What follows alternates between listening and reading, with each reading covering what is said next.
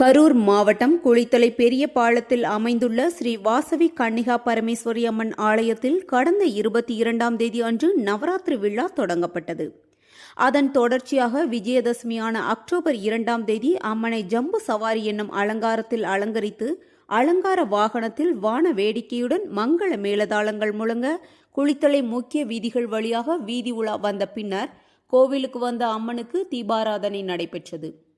இந்நிகழ்ச்சியில் அச்ச சமுதாய மக்கள் மற்றும் பொதுமக்கள் என பலரும் கலந்து கொண்டு சுவாமி தரிசனம் செய்தனர்.